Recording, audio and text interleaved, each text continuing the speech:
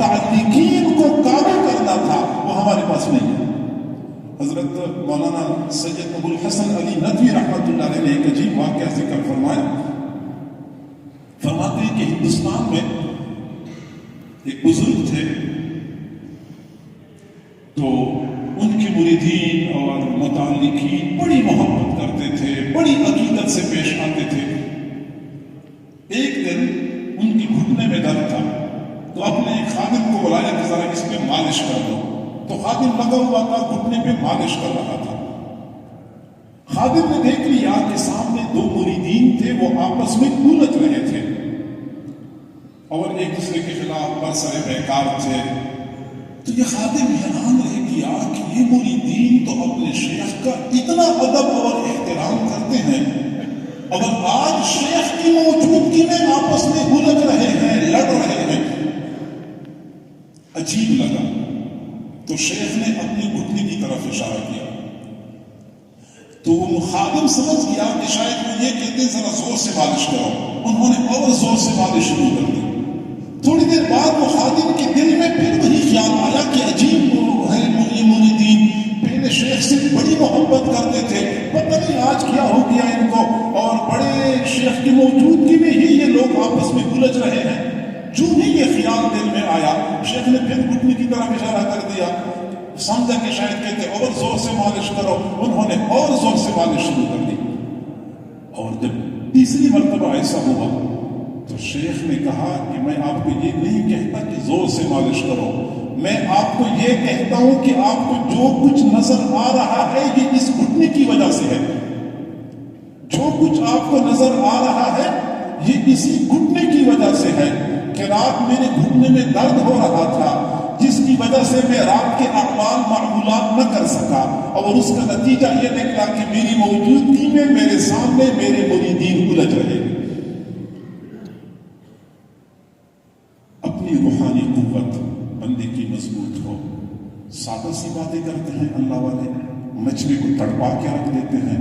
روحانی قوت نہ ہو تو بڑے نایاب الفاظ بندہ لے کے آتا ہے، محاورات استعمال کرتا ہے، ضرب الامثال استعمال کرتا ہے، سامعین پہ ذرہ برابر بھی اثر نہیں ہوتا۔ آپ اگر چاہتے ہیں کہ معاشرے میں اچھا کردار ادا کریں، حضور صلی اللہ علیہ وسلم کے وراثت کے نتیجے میں جو آپ کے کندھوں پر معاشرے کی اصلاح کی ذمہ داری موجود ہے، اس ذمہ داری کو اچھے طریقے سے نبھائیں۔ ضروری یہ ہے کہ آپ حضرات اپنے اندر روحانیت کو مضبوط کریں۔ اندر کی روحانیت مضبوط ہوگی، آپ کو یقین کریں نہ اتنی لمبی چوڑی تقریروں کی ضرورت ہے، نہ لمبے چوڑے بیانات کی ضرورت ہے، اور نہیں آپ کو یہ لفاظی کی ضرورت پڑے گی۔ کسی نے لکھا ہے کہ اردن میں جماعت گئی تھی، تو جماعت تھی بھی یہ ادھر خیبر پختونخوا کے لوگوں کی۔ اب اردن عربوں کی جگہ ہے، اور یہ خیبر پختونخوا والوں کو تو اردو بھی نہیں آتی، چاہے کہ وہ عربی میں بات کریں۔ تو اعلان کے لیے بندہ کھڑا ہو گیا اور اعلان کر رہا تھا کہ دوستانو مجھ کو پولیس نہ پوئیجو، دوستانو مجھ کو پولیس نہ پوئیجو، پتاش کی دفتہ کے رابطہ نہیں ہوں۔ بس اتنی ہی بات کر دی انہوں نے کہ دوستانو یعنی اے میرے دوستو ہمیں کچھ سمجھ نہیں آتی، بس اتنا کہنا تھا کہ وہ خود بھی رونے لگا، اور نوازی جتنے تھے وہ سارے رونے لگے۔ یہ دل کا درد ہوتا ہے، یہ اندر کی قوت ہوتی ہے جو سامعین پر اثر انداز ہوتی ہے اور ان کو بدل کے رکھ دیتی ہے۔ آپ اگر چاہتے ہیں درس تدریس کے میدان میں ہوں، آپ امامت خطابت کے میدان میں ہوں، کلمت اللہ کے اعلاء کے لیے کوششیں کر رہے ہوں، کسی بھی طور پر حضور صلی اللہ علیہ وسلم کی وراثت کی ذمہ داری کو آپ نبھا رہے ہوں، ہر میدان میں روحانی قوت آپ کے لیے ضروری ہے۔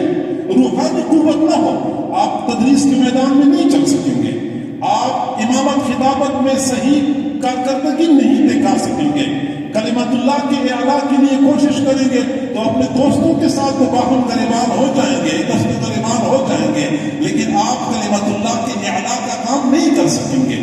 یہ تب ہوگا جب اپنی روحانیت مضبوط ہو. روحانیت کو مضبوط کرنے کے لیے اللہ والوں کے ساتھ تعلق جوڑنا پڑتا ہے. تعلق تو آپ میں سے سب کا ہوگا، 95%